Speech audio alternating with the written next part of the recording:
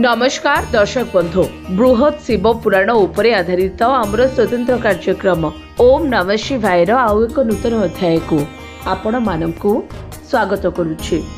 कौन आपण श्रावण मासरे पानी भार नहीं महादेव को जल ढालिबा को जाउछंती कि जदि हाँ तेबे एही भूलटू दूरे रुहंतु। काउडी यात्रा एक कठिन व्रत एवं एथिपाई किछि नियम पालन करिबा को पड़िथाय।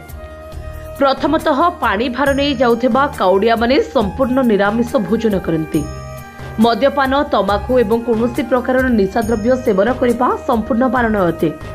भक्त ए कठिन यात्रा खाली पादरे संपूर्ण करती जहाँ सेमानकर अतुट भक्ति एवं समर्पणर प्रतीक।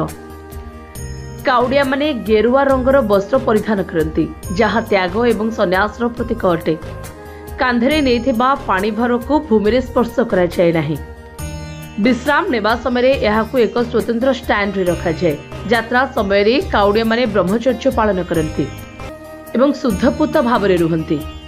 यात्रा समय भक्तमान बोलबम एवं हर हर महादेव भली जयकार ध्वनि दे भगवान शिवंकर भजन कीर्तन करिथांती।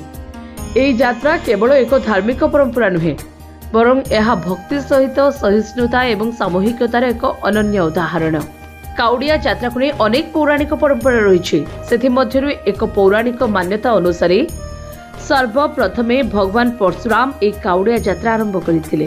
कहुए से उत्तर प्रदेश बागपत जिला निकटस्थ महादेव मंदिर में जल अर्पण करने गर्भ मुक्तेश्वर गंगा जल आनी। आज श्रावण मासरे लक्ष लक्ष लोक ए रास्तार चली भगवान शिव को जलाभिषेक करती।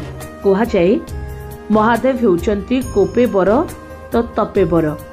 से रागी से शांत से सत्य से शिव से सुंदर भारी सरल से देवदेव महादेव। से महायोगी को पूजा कले कोटि जन्मर पाप नाश होता है। तेबे जदि मनरे भक्ति न थाए तेबे पानी भार नहीं महादेव को जल ढालिले एवं मनरे अन्य पई राग क्रोध रखी पानी ढालिले किछि फल मिली न थाए। पवित्र मनरे पानी ढालिबा द्वारा पूजा सफल होइथाय।